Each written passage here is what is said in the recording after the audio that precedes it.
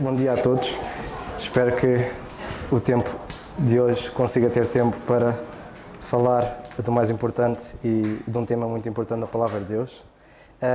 Pedia ao Bruno para então meter aquele slide que nós falámos hoje, que vocês já estão a olhar, já dói a cabeça.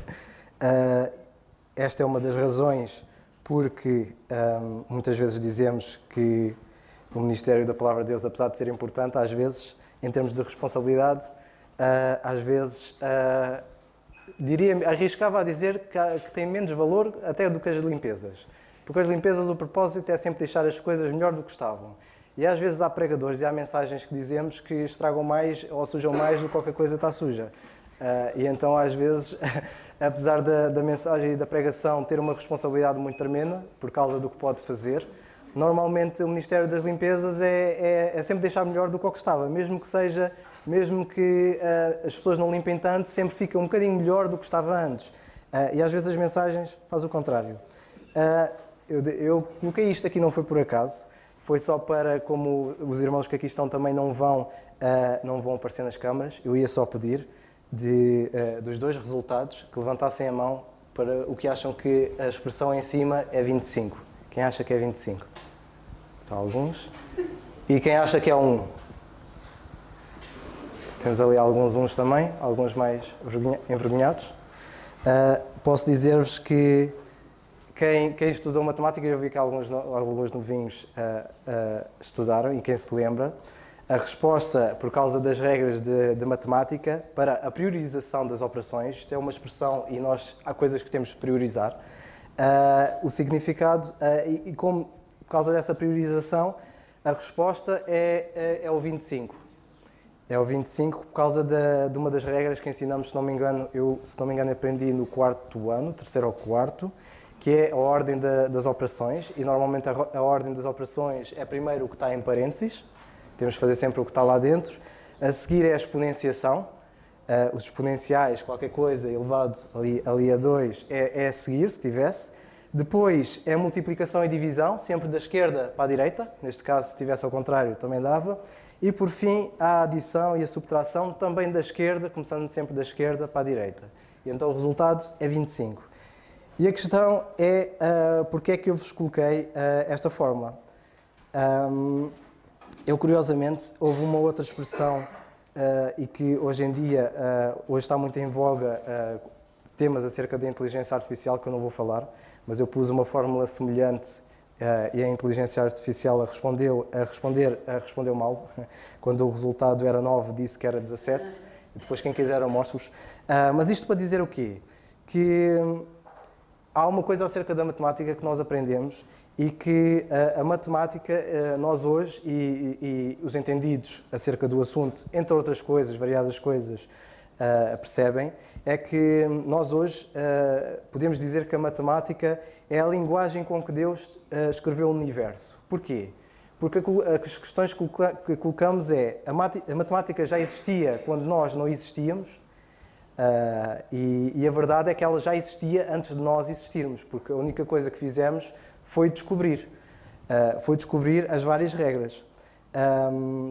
E então a matemática sendo então a linguagem com que Deus escreveu o universo, ela foi então descoberta por nós, mas a única coisa que tivemos de fazer foi inventar a chamada sintaxe, os vários números que estavam por ali, as várias formas, ou seja, a sintaxe ou a simbologia e as regras que facilitaram depois as descobertas, porque conforme as regras foram surgindo e os matemáticos foram experimentando, viram que o resultado era este, ou era consistente, ou não era, e então acabámos por, em termos de invenção da matemática, nós não inventámos, descobrimos, mas no que toca à forma de nós expressarmos, a forma de conseguirmos até explicar aos outros, essas regras e essa simbologia, de facto, foi algo que nós precisámos de inventar para conseguirmos também comunicar uns aos outros.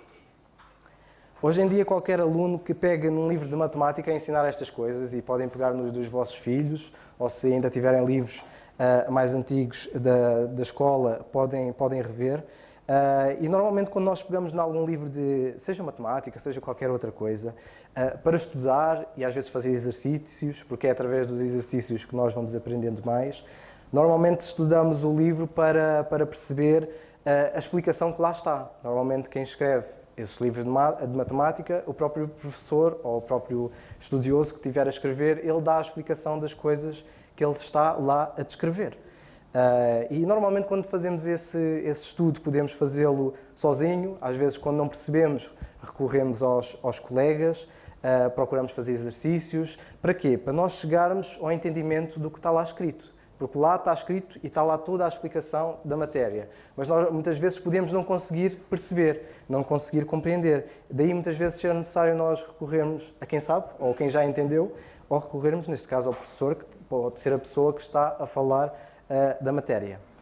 E então nós vemos que a matemática ela é como a linguagem, como o português, como o russo, como o japonês, no sentido em que cada língua escrita, ela normalmente é inventada no sentido da forma de escrever, depois dependendo de cada povo, que nós sabemos que Deus depois espalhou os povos todos quando havia só uma língua e espalhou-os mudando a língua deles, e que depois houve a necessidade de facilitar a comunicação, e uma das formas de facilitar era através da escrita, porque se eu quisesse falar com alguém que estava muito longe e precisasse que enviasse uma carta ou que alguém enviasse alguma informação, a pessoa tinha de saber o que é que era. E às vezes poderia ser a outra pessoa decorava o que é que o outro queria dizer, ou então escrevia. Mas para escrever, nós de facto tinha de haver esta inventar a sintaxe. E assim como, por exemplo, o português e o japonês, que são línguas completamente diferentes, no entanto, é interessante porque ambos têm palavras diferentes e escritas diferentes para uma mesma coisa. Por exemplo, a palavra lápis que nós usamos para escrever. Por exemplo, para nós, em português, usamos a linguagem e o latim, a variação do latim, mas, por exemplo, em japonês, a mesma coisa que é lápis, eles chamam enpitsu. É o nome que eles dão para lápis, que é exatamente a mesma coisa, mas com formas de escrever diferentes e formas de dizer diferentes para a mesma coisa. Ainda que a matemática tenha até uma linguagem muito própria, porque nós quando começamos a aprender, vamos aprender a forma como as expressões, como é que havemos de ler, os teoremas, os corolários, por aí fora. Tudo isso depois tem uma linguagem muito própria que nós ao longo dos anos, conforme vamos progredindo na escola, vamos aprendendo para conseguirmos, de facto, ao ler um livro, sabermos minimamente o que é que está lá escrito. E normalmente nós, e até os próprios, e quem escreve livros, seja que conteúdo for, utilizam normalmente uma linguagem que é uma linguagem natural, uma linguagem normal, mas também uma linguagem própria para os termos que vão explicar. E normalmente a primeira coisa que se faz numa introdução é explicar os vários termos, o que é que significa X, Y, por aí fora, para depois as pessoas, com base nesses termos, ir aprofundando. E é interessante que nós também vamos fazendo o mesmo na Palavra de Deus. Quem não entende o conteúdo no livro, é interessante porque normalmente só vai entender através do estudo, se nós estudarmos, se nós formos experimentando o que é que lá está escrito, quem for fazer exercícios, depois de fazer os exercícios, há de chegar a um resultado. E depois, comparando com a pessoa que sabe, vê se acertou ou não, ou se percebeu a matéria ou não. Se não percebeu, tem de voltar a fazer as coisas, a estudar, a fazer questões, a fazer experimentação, a fazer testes, para conseguir chegar a esse entendimento. Por exemplo, o caso da minha esposa, a Mila, ela agora está a fazer, ela está ali envergonhada, está a olhar para mim, está a tirar o código da estrada para tirar a carta, e então, como há ali muitos termos muito específicos, ela requer um esforço extra para conseguir perceber o que é que o professor diz, que linguagem é que ele está a utilizar, que às vezes não percebe, requer que ela faça muitos testes, faça revisão da matéria, porque o que está lá escrito nos livros e o que o professor diz, tipicamente é claro. Independentemente da linguagem que ele utilize, ou da língua, o que ele está lá a dizer é claro, para o código da estrada. Mas se ela não perceber o que ele está a dizer, ela vai ter de rever novamente, fazer outras questões, para perceber qual é a compreensão acerca da matéria, e isso tem de ser feito através do estudo, através da experimentação, fazendo os testes, por aí fora, para depois tentar chegar à compreensão certa acerca do que lá está escrito.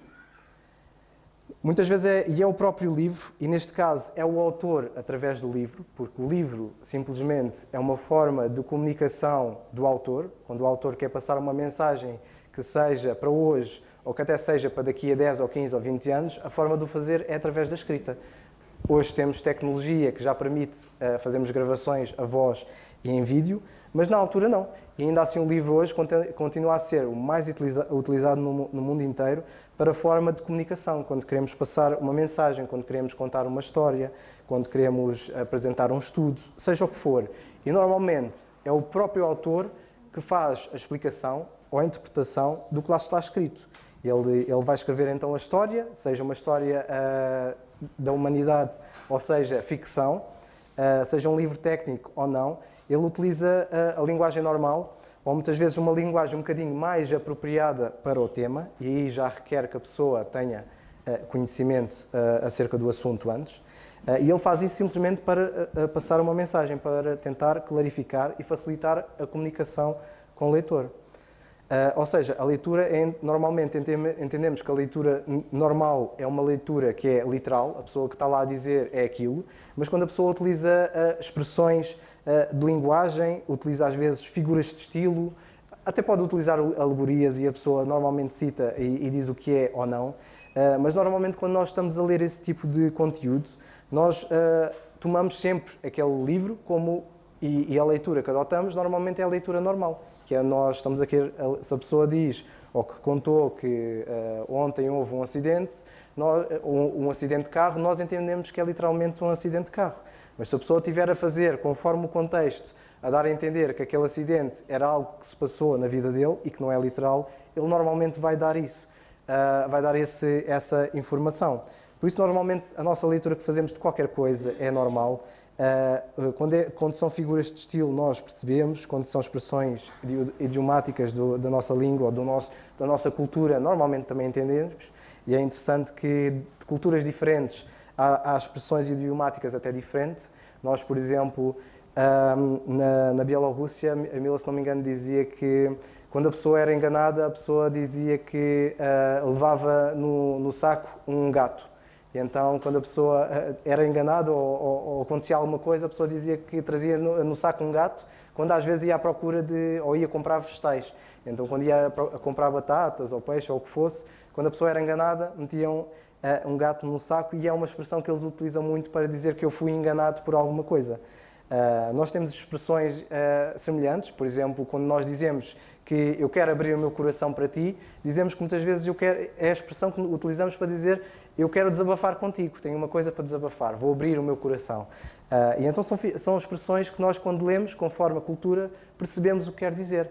E normalmente estas expressões podem ser diferentes em culturas diferentes, que é normal. E normalmente, quando não sabemos, temos de ir à procura a falar com as pessoas certas, que sabem acerca do assunto, que compreendem, para então percebermos. A razão por que fazemos então esta leitura normal dos variados textos é porque queremos, de facto, entender o que é que o autor quer transmitir. É sempre o propósito quando estamos a ler qualquer coisa, é sempre perceber o que é que o autor quer me dizer quando ele está a escrever esta frase.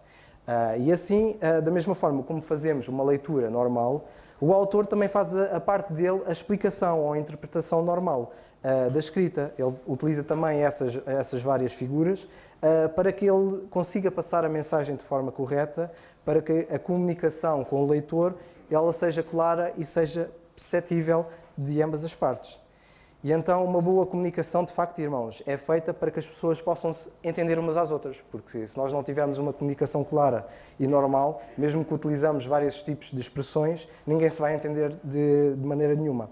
E às vezes até, quando falamos uns com os outros, até falhamos e temos vários problemas de comunicação.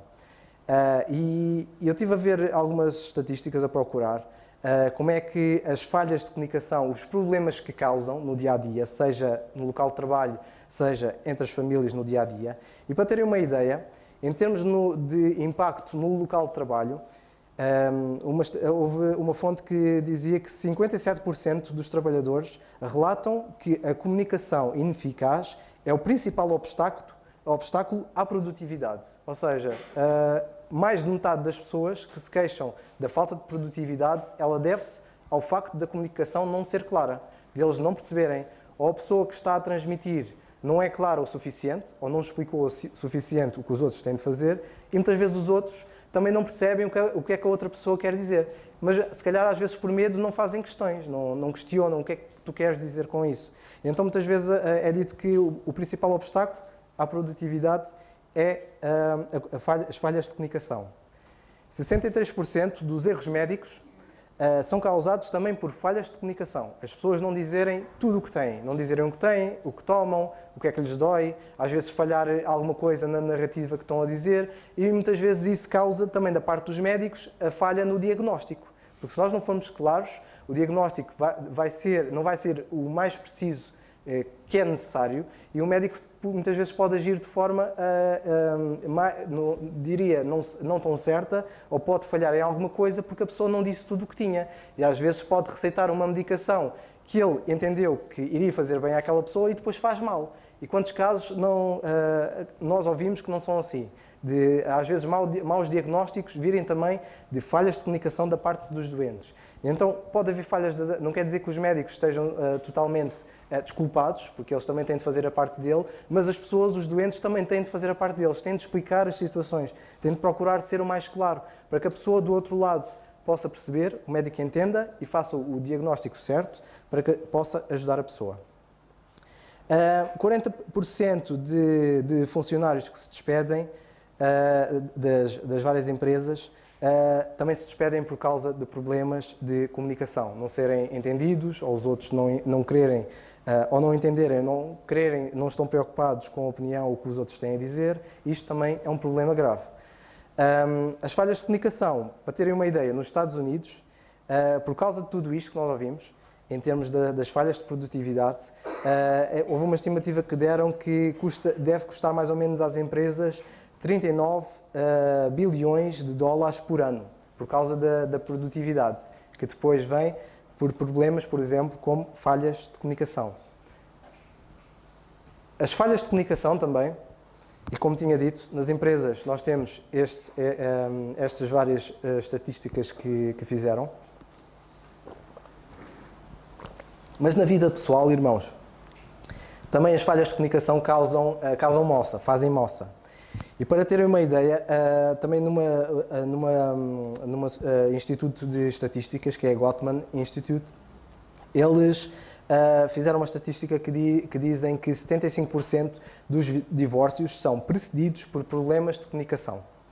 Não se entenderem uns aos outros, e que acontece, que é normal acontecer, até comigo e a Mila acontece frequentemente. Apesar dela falar português, nós, muitas vezes, há estas falhas de comunicação, ela não percebe o que eu quis dizer, eu não percebi o que é que ela queria, e o não esclarecermos causa depois, então, atritos, que é normal e que temos de resolver, mas muitas vezes isto escala a um nível tão grande que depois as pessoas divorciam-se por causa destas falhas de comunicação. Não haver uma mensagem clara, às vezes queremos que o outro adivinhe, ou tentamos perceber o que é que o outro quer, e então estas falhas que temos de procurar ajustar e estarmos alinhados uns com os outros, isso vai evitar grandes problemas, e nomeadamente na parte dos divórcios.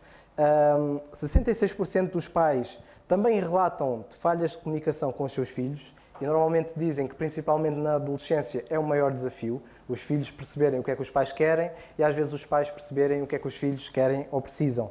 E estas falhas de comunicação depois causam também rebeldia, os pais às vezes não sabem o que fazer, e às vezes a emenda é pior do que o soneto, quando às vezes é preciso a pessoa às vezes tentarmos conversar e ver se conseguimos perceber uns aos outros para chegarmos a um consenso e percebermos quem são as autoridades, porque é que os pais querem fazer isso ou não, porque normalmente os pais querem sempre os melhores para os filhos. Só que às vezes nós chegamos a uma certa idade na adolescência que achamos que sabemos mais que os pais e às vezes queremos impor a nossa vontade. Mas isso normalmente tem de ser sempre alinhado, não só com a Palavra de Deus, mas muitas vezes as falhas de comunicação, se nós procurarmos entendermos uns aos outros, isso já vai resolver grande parte dos problemas.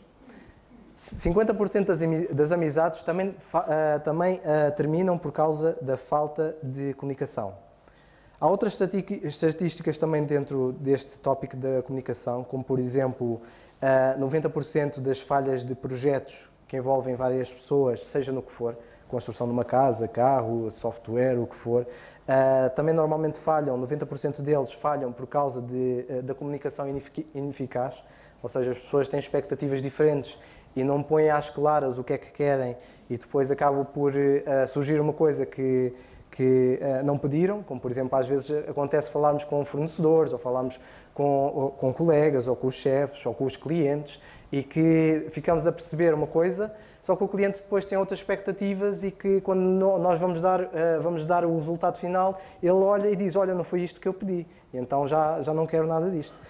E então normalmente as falhas que depois traz consequências e que temos de procurar resolver. 70% dos consumidores também relatam que a má comunicação com as empresas leva à troca de fornecedor, quando alguma coisa corre mal, não é o que nós estávamos à espera, porque houve uma má comunicação, então normalmente resolvem devolver o que compraram.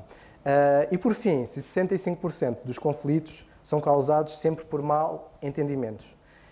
Isto é para terem uma ideia, irmão, que as falhas de comunicação de facto têm um impacto negativo e significativo em vários aspectos da nossa vida e que, tanto profissional como pessoal, e que nós de facto precisamos de aprender e desenvolver habilidades de comunicação para conseguirmos ser mais eficientes, mais eficazes, para também podermos melhorar os nossos relacionamentos. E deixem-me dizer-vos uma coisa, não é diferente acerca da palavra de Deus, zero de diferença. E então a passagem que então queria citar e que podemos ler, já estou a ver que já estou a passar da hora, é Efésios, no capítulo 3 e versículo 4. Perdoem-me se eu demorar mais um pouco, a introdução foi longa. E que, irmãos, diz assim o seguinte, Efésios 3, capítulo 3 e versículo 4, que diz: pelo que, quando ledes, podeis perceber a minha compreensão do mistério de Cristo. E até aqui, da introdução que fizemos, acerca de todas estas coisas, aqui o principal foco é sempre a comunicação. E a comunicação só é eficaz se, de facto, ambas as partes entenderem-se um com o outro. E normalmente quando os especialistas em algum assunto fazem alguma investigação, ou os estudantes fazem uma tese, eu, por exemplo, quando foi o meu relatório de estágio de final do curso, tive de escrever sobre um tópico, esse tópico teve de ser investigado, teve de ser relatado, teve de ser descrito. Para quê? Para que a pessoa ou as pessoas fossem ler, ou qualquer pessoa que fosse ler, percebesse o que é que estava ali a ser falado.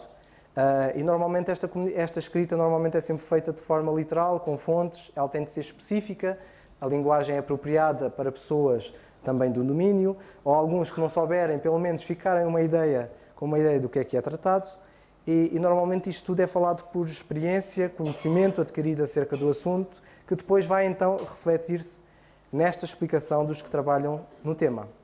E acerca desta passagem, irmãos, o apóstolo Paulo fez exatamente o mesmo. Nós entendemos nesta passagem que Paulo ele era o especialista acerca do mistério de Cristo, porque ele diz, conforme ledes, porque quando ledes, podeis perceber a minha compreensão, ou seja, ele era o especialista acerca do mistério de Cristo, era ele quem sabia acerca do tema, e era nós, a lermos as cartas dele e as várias epístolas dele, que iríamos também perceber o que é que ele sabia acerca do tema. Porque nós sabemos que o apóstolo Paulo foi a pessoa escolhida por Deus e que Deus, e vemos que ambas as epístolas, as várias epístolas dele, são epístolas inspiradas, porque ele foi tido e foi colocado como apóstolo, como uma pessoa para falar acerca do assunto. E ele era o especialista acerca disto e ele muito tinha para dizer acerca do tema. Até porque ele recebeu tudo isto do Senhor. Porque se repararem no versículo 1 e 2, ele diz que era prisioneiro e que é prisioneiro de Jesus Cristo por vocês, os gentios, se é que tendes ouvido da dispensação da graça de Deus, notem agora que para convosco me foi dada. Se a dispensação da graça de Deus lhe foi dada, ele era a autoridade máxima para falar acerca dos assuntos. Também em Gálatas, no capítulo 1 e versículo 11, quando Paulo fala aos Gálatas, ele também reforça este mesmo tema. Ele diz no versículo 11 do capítulo 1: faço-vos saber, irmãos, que o evangelho que por mim foi anunciado não é segundo os homens, porque não o recebi nem aprendi de homem algum, mas pela revelação de Jesus Cristo. Ou seja, só nestas duas passagens vemos que ele era a autoridade máxima e conforme o que ele foi recebendo do Senhor, ele também foi compreendendo. E conforme a compreensão que ele deu, e ao escrever também, e vemos que a palavra de Deus, se é a palavra de Deus, Deus fez questão que o que fosse lá escrito fosse perceptível para cada um de nós que estamos a ler. Ele não veio ali com mistérios, não veio ali com coisas secretas, não veio com adivinhas. A comunicação que ele tinha de fazer tinha de ser clara. É por isso que ele diz, vocês vão perceber a minha compreensão de Cristo se vocês lerem. E é através da leitura e do estudo que vão compreender. Porque ele de facto tinha recebido o Evangelho, tinha recebido a doutrina acerca do mistério, todos os ensinamentos para nós, e ele tinha recebido do próprio Cristo, e o próprio Cristo o capacitou para que ele pudesse escrever de forma clara e que pudesse dar a interpretação ou explicação, que são sinónimos, que nós precisamos para compreender. É por isso que nós podemos perceber o que é que Paulo sabia do assunto acerca do mistério de Cristo, porque ele estava familiarizado, estava capacitado para o escrever. E é através dessa compreensão dele que nós, ao ler, também entendemos. É interessante que o mesmo não aconteceu com os 12. Os 12 no passado, quando lemos no Evangelho de Lucas, no capítulo 24 e no verso 45,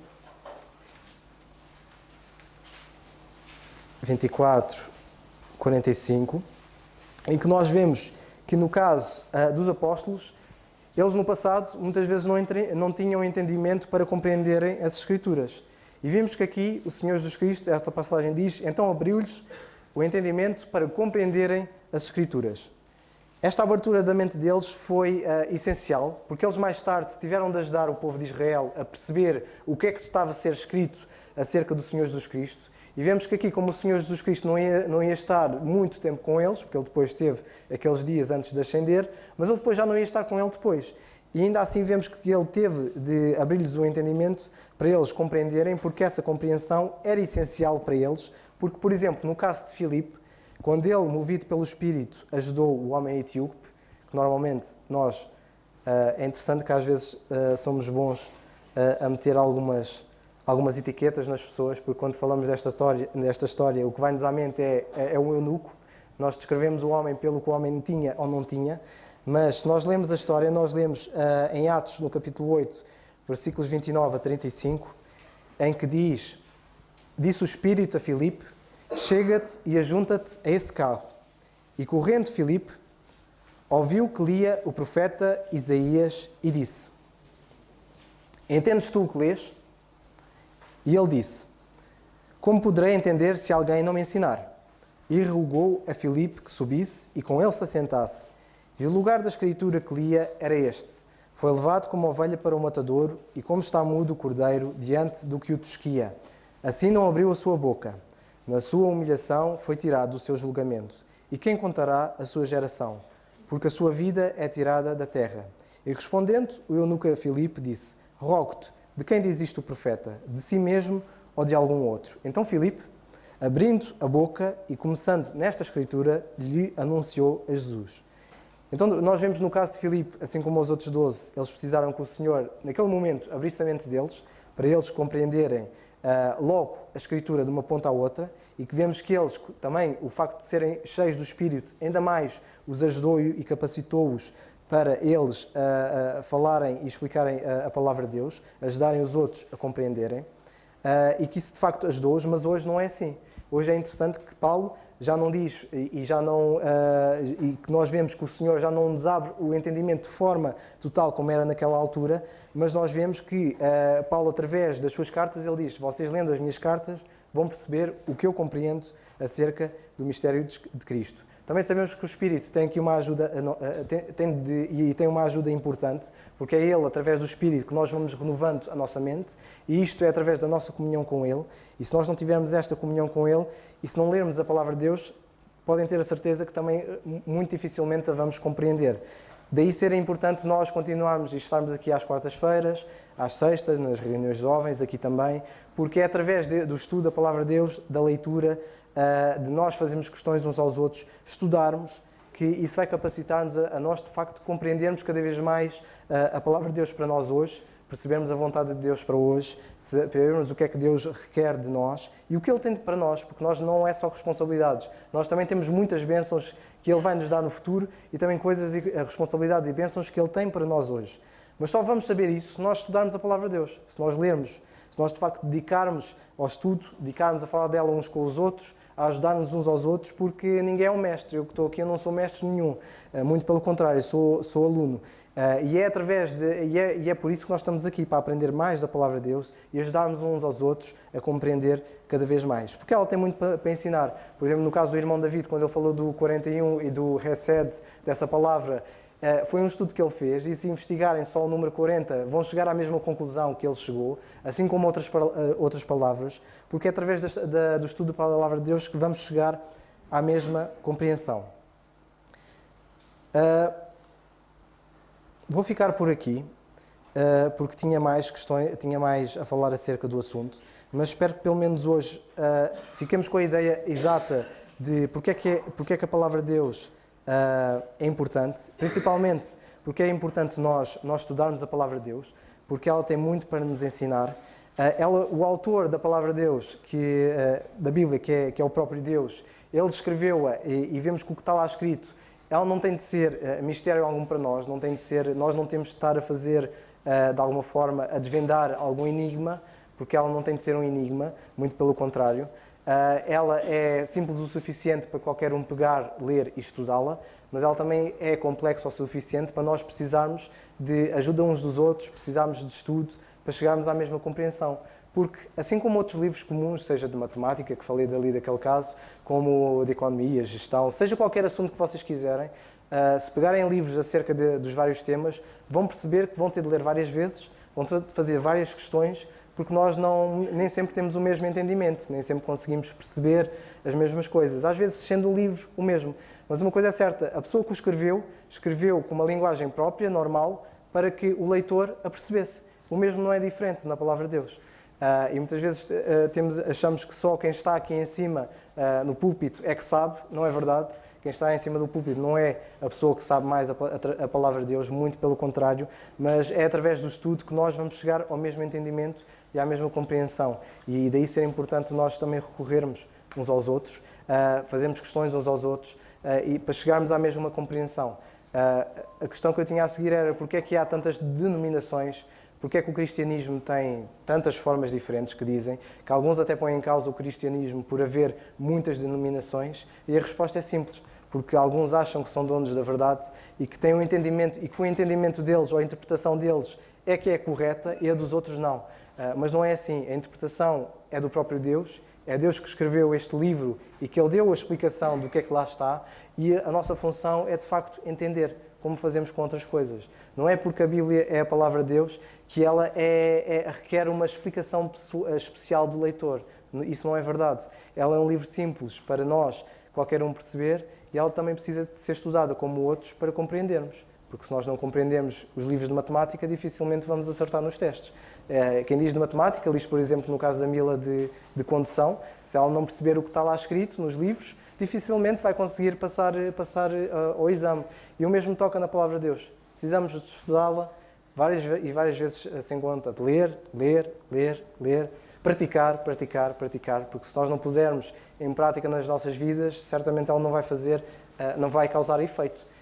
E se eu ler o livro de matemática, ficar só pela leitura, ela também não vai entrar, porque é através do exercício prático, através da prática nos nossos dia-a-dias que, de facto, vamos chegar à compreensão certa e agir também da forma que Deus quer. Que o Senhor nos ajude e nos abençoe, e peço perdão pelo tempo.